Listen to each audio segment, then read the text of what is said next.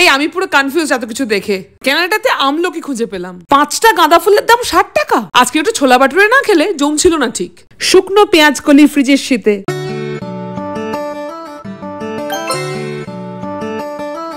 High, আমি অর্জমা, Bengali girl in কানাডার নতুন একটি ব্লগে তোমাদের সবাইকে স্বাগত। কেমন হালচাল, কেমন কাটছে দিনকাল? আশা করছি তোমরা সবাই খুব ভালো আছো। তাই ভাবলাম চলো আজ একটা নতুন গল্প করি তোমাদের সঙ্গে। কানাডাতে ইন্ডিয়ার বাজার কেমন দেখতে হয় সেটা তোমাদেরকেও ঘুরে দেখাই, চলো আমার সঙ্গে। তো মোটামুটি আমি আজকে রেডি হয়ে গেছি, শাগনিক অফিস থেকে বেরিয়ে গেছে। তো মধ্যিখানে একটা জায়গায় ট্রেনটা মিট করে, তো সেখান থেকে এসে ওকেও নামতে হবে, আমাকেও নামতে হবে। সেখান থেকে ট্রেন ধরে আমরা যাবো। এই জায়গাটার নাম হলো নর্থ ইস্ট। তো চলো, তো ওখানে গিয়ে কি কি পাওয়া যায়, দেশীয় জিনিসের দাম কতটা, দেশীয় সবজি মাছ মাংস সবকিছুর দাম কত, চলো চেষ্টা করবো যে ঘুরিয়ে দেখানোর এবং মোটামুটি তোমাদের কিছুটা ধারণা দেওয়ার। চলো আমার সঙ্গে। আজকে হঠাৎ ইন্ডিয়ান বাজারে যাচ্ছি কেন, তার একটা বিশেষ কারণ রয়েছে। সামনেই জামাই ষষ্ঠী আসছে। প্রবাসে যে মেয়েরা থাকো তারা এই দিনটার কষ্ট সবচেয়ে ভালো করে বুঝতে পারবে, তারা খুব ভালো করে রিলেট করতে পারবে আজকের ব্লগটার সঙ্গে। আসলে আমাদের সবচেয়ে কাছে দুটো মানুষ, এক হলো মা, এক হলো বর, তাদের দুজনেরই একটা স্পেশাল দিন হয় এটা। আমার মা অনেকদিন আগে থেকে জামাই ষষ্ঠীর জন্য পুজো করে। তখন আমাদের বিয়ের কোনো সম্ভাবনা তৈরি হয়নি, ছোট ছিলাম আমরা তখন। কিন্তু মা জানতো মার মেয়ে মানে তার জামাই তো কোনোদিন আসবেই, তাই জন্য সেই পুজোটা ছোট থেকে আমি দেখছি করতে। এবার আসল যখন সময় এলো আমার বিয়ের পরেই আমরা কানাডা চলে এলাম। ফলে এই নিয়ে 3 বছর হবে মা জামাই ষষ্ঠী পালন করতে পারবে না বলে খুব দুঃখ।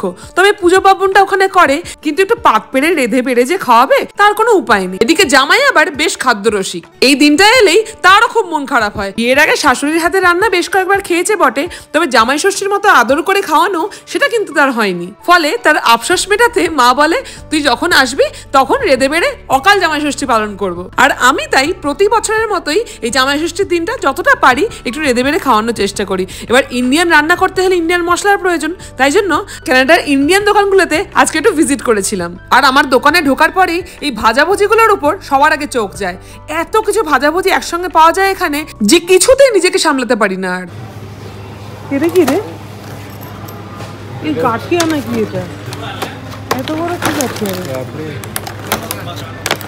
মুরগি ঢোকলে পেটে দিয়ে চলে যাবে। ফাফড়া, এটা ফাফড়া। এটা কি আমাদের ওই আম? এটা আমার মনে হচ্ছে কাঁচা, এটা পাকা নয়। দেখ পুরো শক্ত ভাই, এটা কাঁচা। পাকা যদি থাকে তাহলে নেওয়া যেতে পারে। পটল, কেতো পটল, মেথি শাক। কি রে, ইয়ে ফুল নেই আজকে? এই তো কত জানি 0.25 ও 5 piece for 1।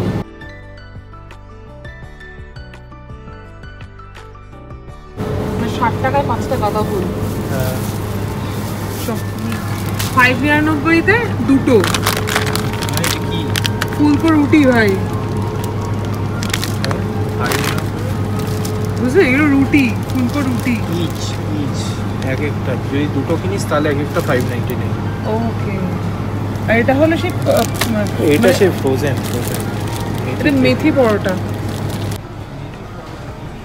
এই একটা কারি পাতার দাম 1.99 মানে $2, মানে ইন্ডিয়ান টাকায় 120 টাকা হচ্ছে। কত করে ম্যাঙ্গো লস্যি? 399। ওটাই একই হবে। এইটা বাদাম মিল্ক, এটাও ওই একই হবে। হ্যাঁ, $4 তাহলে ঘর 440 টাকা। এইখানে খুঁজলে আমাদের প্রিয় আশীর্বাদের আটাও পাওয়া যায়। এই আমলকিও আছে। পাটালি গুড় ভাই, এই যে আখের গুড়, এটা ঠাকুর পাওয়া যায়।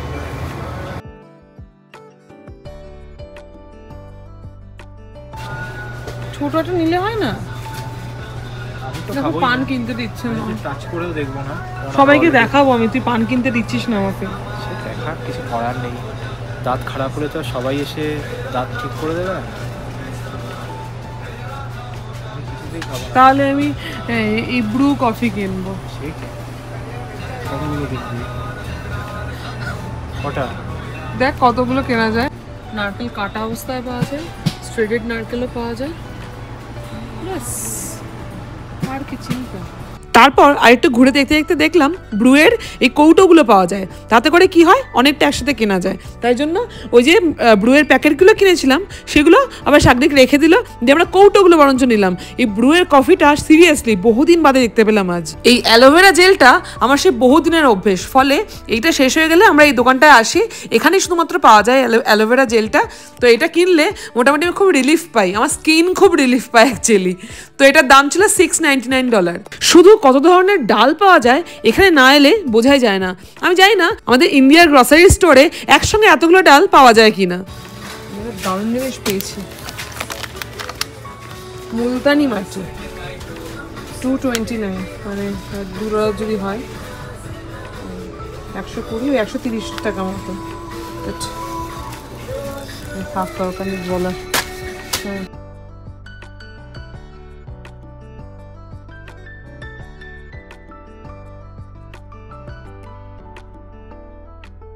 এইখানটায় পুজোর বিভিন্ন সামগ্রী পাওয়া যায়, এই যেমন পোলতে, তারপর বিভিন্ন ধরনের সুতো, সিঁদুর, তারপরে তেল, ঘিয়ের ছোট ছোট ডিব্বা। এইসব দেখতে দেখতে দেখি মেঘ কোম্পানির একটা গুলাল পাওয়া যাচ্ছে। এবার শাগনিককে ভালোবেসে আমার দেওয়া নাম হলো মেঘ। এইবার সেটা ওকে বলায় ওর উত্তরটা শুনুন। মেঘ is always fresh and healthy. তোকে তো দেখে মনে হয় না। আমার অফিস থেকে ফিরেছি বলে এখন একটু ডাউন আছে, বাইরে গেলেই আবার চাঙ্গা হয়ে যাবে। এই ভিডিওটা জুড়ে আমরা লাইভ কথা বলেছিলাম, কিন্তু সব কথা এখানে রাখতে পারছি না, কারণ এখানে হিন্দি গান চলছে, আর হিন্দি গান একটুখানি চললেই ইউটিউব কপিরাইট দিয়ে দেয়। তাই জন্য এখানকার অ্যাম্বিয়েন্সটা আপনাদেরকে শোনাতে পারছি না। কিন্তু আমরা যখন এই ইন্ডিয়ান দোকানগুলোতে ঢুকি, সেখানে ঢুকেই যখন বলিউডের গান শুনতে পাই, আমাদের মনটা ভীষণ ভালো হয়ে যায়। কিছুক্ষণের জন্য মনে হয় যেন আমরা নিজের জায়গায় ফিরে এসেছি। দেখুন, সবসময় চলাফেরা করতে গেলে এবং জীবন ধারণ করতে গেলে এখানে ইংরেজিতেই কথা বলতে হয়, কিন্তু আমাদের এই ভারতীয় ল্যাঙ্গুয়েজগুলোর আলাদা একটা শান্তি আছে। ভাই এটা আমি নেবো, আমি পাগলের মতো ভালোবাসি সাবুদানা পাপড়, আমি পাগলের মতো ভালোবাসি। কতদিন বাদে সাবুর পাপড়, আমি যেটা কি ভালোবাসি কি বলবো, কিন্তু বহুদিন আমি খুঁজেছি, এটা খুঁজেই পাই না কখনো। দেখুন এই পাপড়ের সেগমেন্টে কত পাপড় রয়েছে এখানে, কিন্তু আমরা যেহেতু অয়েলি জিনিস খাওয়া অনেক কমিয়েছি, তাই জন্য এগুলো খুব ডিপ ফ্রাই করতে হয়, তাই জন্য বেশি আর নিলাম না। এইখানে ছিল বিভিন্ন ধরনের বিস্কিট, আমাদের চেনা বিভিন্ন ইন্ডিয়ান ব্র্যান্ডের বিস্কিট থেকে শুরু করে বেকারি বিস্কিট থেকে শুরু করে যাবতীয় জিনিস। তার মধ্যে এই বিস্কিটটা শাকনিকের খুব পছন্দ হয়েছে, লেরো বিস্কিট, কিন্তু এটা এত তেল দিয়ে ভাজা হয় যে আমরা এটা অ্যাভয়েড করলাম, এবং প্রচণ্ড মিষ্টি থাকে, আর আমরা তো মিষ্টি খাওয়া কমিয়ে দিয়েছি, তাই জন্য আমরা এখান থেকে বিস্কিট নিয়ে নিই। আমরা এখান থেকে একমাত্র মেরি বিস্কিট নিয়েছিলাম, কারণ সকালের চাটা মেরি বিস্কিট ছাড়া আমরা খেতে পারি না। তো ওটা ওই ব্রিটানিয়া মারি শুধুমাত্র এই দোকানটায় পাওয়া যায়, তার জন্য এখান থেকে কিনেছিলাম। এরপরে হলো সবচেয়ে লোভনীয় জায়গা আমার জন্য। আমি এই ভাজাভুজিগুলো দেখলে নিজেকে কিছুতেই সংবরণ করতে পারি না, আর এই খাওয়াগুলো আমার একান্তই বারণ। আর শাগনিকের যত বেশি বয়স বাড়ছে তত বুড়ো দাদু হয়ে যাচ্ছে, সব কিছুতে বারণ করবে ডাক্তার, যা যা বারণ করে সেগুলো অক্ষরে অক্ষরে নাকি মানতে হবে, কিছু ফাঁকিবাজি করা চলবে না। এখানকার ক্যানাডিয়ানরা তো শুধু সেদ্ধ আর সতে জানে, তো এই সমস্ত খাবারের পাশে যখন এই ডিপ ফ্রাই করা ভাজাভুজি দেখা যায়, কিছুতে লোভ সামলানো যায়? আমি আজকে ঠিক করেই নিয়েছিলাম, যতই বারণ করুক আর যা খুশি বলুক, আজকে আমি কিছু না কিছু নেবই। না হলে এখান থেকে দেখে গিয়ে সন্ধ্যেবেলা যখন চা খাবো তখন এই প্যাকেটগুলোর কথাই মনে পড়বে আমার। একটা হলদিরামের গাঠিয়া আর একটা পাঞ্জাবি তড়কা না কি একটা মশলা দেওয়া ছিল, দুখানা নিয়ে নিয়েছি। তখন আমায় দেখে শাগনিকের মনে হয়েছে যে ওই চকলেট কেকটা নিলেও ভালো হতো, ওই ব্রিটানিয়া চকলেট কেকটা, যেটা আমরা ওখানে খেতাম খুব। এইখানে বিভিন্ন ধরনের আচার পাওয়া যায়, এখানে একটা লঙ্কার আচার পাওয়া যায়, উফ সেটা যা খেতে না কি বলবো। বিল করতে এসে দেখি এখানে ছোট্ট ঠাকুরের খুব সুন্দর সুন্দর মূর্তি এসেছে। তো যাই হোক, এখন আপাতত আমাদের কিছু কেনার নেই। তারপর একটু নিচটা দেখাতেই দেখি খনি, আরে এগুলো তো সব আমাদের স্কুলের সামনে যে স্টেশনারি দোকানগুলো ছিল সেখানে বিক্রি হতো, মনে আছে ফটাফটের কথা, বহুদিন বাদে দেখলাম, এটা নিতেই হবে ব্যাস। এটা তো গেল আজকে প্রথম দোকান, তবে নর্থ ইস্টের মধ্যে এটাই আমার সবচেয়ে প্রিয় দোকান। এখানটায় গেলে অনেক কিছু মশলা একসঙ্গে পাওয়া যায়, তবে এখানে একটা সমস্যা হলো এখানে সবকিছু ভেজ। এইবার অথেন্টিক বাঙালি রান্না করতে গেলে যে সমস্ত মশলার প্রয়োজন সেগুলো এখানে খুব একটা পাওয়া যায় না। ভালো লাগছে, হেভি লাগছে।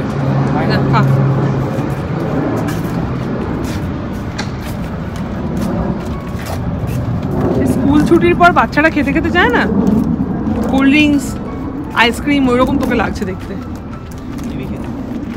এটা ম্যাঙ্গো লাসি, হেভি লাগছে। এইবার এখান থেকে ট্রেন ধরে আবার যেতে হবে পরের স্টেশনে, সেখান থেকে নেমে বাকি সবকটা দোকান একসঙ্গেই পড়ে। এই স্টেশনটার নাম হলো মালপুরো।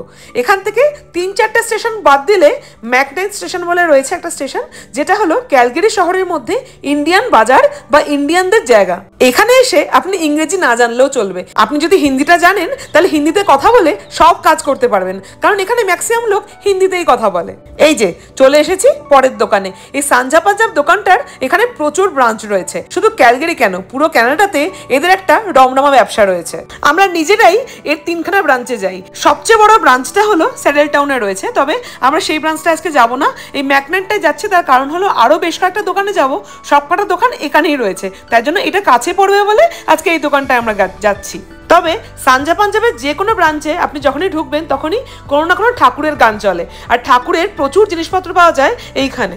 কানাডাতে ইন্ডিয়ান সবজি সবচেয়ে সস্তায় পাওয়া যায় এই সানজা পাঞ্জাবে। তাজা তাজা ফল মূল শাক সবজি সব একসঙ্গে বিক্রি হয়। আজকে ঘুরতে ঘুরতে দেখি গরমকালে লিচুও বিক্রি হচ্ছে এখানে। তবে পাকা আম পেলে আজকে নেব, লিচু খেতে আমার খুব একটা ভালো লাগে না। এখানে গিয়েছিলাম মূলত বেশ কিছু সবজিপাতি কিনতে, কারণ ক্যানাডিয়ান স্টোরগুলোতে এত ইন্ডিয়ান সবজি একসাথে পাওয়া যায় না। তো এখানে এলে অনেক কিছু মনে পড়ে যে আরে এই জিনিসটা তো অনেকদিন খাইনি। এইভাবে অনেক সবজি কেনা হয়ে থাকে এখানে এলে। জানেন তো, আমার মা এই ব্লগগুলো দেখে ভাবে একসময় সবজি খাওয়ানোর জন্য কি কসরত না করতে হয়েছে আমার পিছনে, আর এখন দেখুন সবজি খোঁজার জন্য কত কষ্ট করি আমরা। এই দেখুন নারকেলও পাওয়া যাচ্ছে এখানে। ও হ্যাঁ, আজকে তো বাঁধাকপি নেওয়ার ছিল, মনে পড়লো। অনেকদিন বাঁধাকপির তরকারি খাইনি, মনটা খুব বাঁধাকপির তরকারি খেতে ইচ্ছে করছে। যাই হোক, এখান থেকে সবজি কিনতে হলে এইভাবে আগে প্লাস্টিক নিতে হয়, সেখানে সবজিগুলোকে নিজে বেছে নিয়ে সেগুলো ভরে নিতে হয়, তারপরে কাউন্টারে গিয়ে দেখিয়ে সেগুলো টাকা দিয়ে কিনতে হয়। এখানকার সবজিগুলো এত ফ্রেশ হয় আর সবুজগুলো এত গাঢ় রং হয়, রং যেন ঠিকরে পড়ে চোখে। মেথি পরোটা করবো, কেমন একটা এটাই নি, এটা নিই বুঝছি। শুকনো পেঁয়াজ খুঁজে কোন কমরা আসছে না ক্যালগেরি, তাই জন্য আমার এত বেশি মানে পেঁয়াজ খুলে বিক্রি হচ্ছে। ওদিকে দেখেছিস পিছনে? হ্যাঁ, স্টিলের প্লেট চারিদিকে। কড়াই দেখ কত বড় বড়, পিকনিক করার কড়াই এগুলো। ঠাকুর পুজোর কড়াই খায় তো সবাই, পিকনিক কেন? আমলা ফ্রোজেন আমলকি কড়াইশুঁটি কিনে এই দোকান থেকে বেরোলাম। এবার গন্তব্য আমাদের সুপার স্টোর। এইটা ক্যানাডিয়ান একটা রিটেল কোম্পানি, এর স্টোর বহু জায়গায় রয়েছে। আমাদের বাড়ির সামনে একটা স্টোর রয়েছে, তবে আজকে নর্থ ইস্টেটাই গিয়েছিলাম। আসলে রোজকারের রান্নায় আমরা খুব একটা ইন্ডিয়ান খাবার দাবার খাই না, তার জন্য আমরা মোটামুটি এখানে ক্যানাডিয়ান যে জিনিসপত্রগুলো পাওয়া যায় সস্তায় এবং সহজে পাওয়া যায় সেগুলোই বেশি প্রেফার করি। এই যেমন অ্যাভোকাডো, এই অ্যাভোকাডোটা থাকলে বাড়িতে আমার মোটামুটি ব্রেকফাস্ট নিয়ে আর ভাবতে হয় না। ঠিকই বলছি মশাই, ইন্ডিয়াতে 300 টাকা দিয়ে একটা অ্যাভোকাডো কেনেন বটে, এখানে 300 টাকায় 6খানা অ্যাভোকাডো পাওয়া যায়। সত্যি ইন্ডিয়ার থেকে অ্যাভোকাডোর দাম এখানে অনেকটা সস্তা। তবে আমাদের বাড়ির সামনে যে রিয়েল ক্যানাডিয়ান সুপার স্টোরটা রয়েছে তার চেয়ে এই স্টোরটা অনেকটা বড়। দেখুন শেষই হতে চায় না যেন, পুরোটাই ঘুরতে গেলেই পা ব্যথা হয়ে যাবে মোটামুটি। তবে চাল ডাল আলু দুধ মাছ মাংস যেগুলো এখানে পাওয়া যায় সেগুলো ইন্ডিয়ান দোকানের চেয়ে অনেকটা সস্তায় হয়, কারণ ইন্ডিয়ান দোকানগুলোতে যেহেতু বাইরে থেকে জিনিসপত্র আনাতে হয় তাই জন্য কস্টলি হয়ে যায় একটুখানি।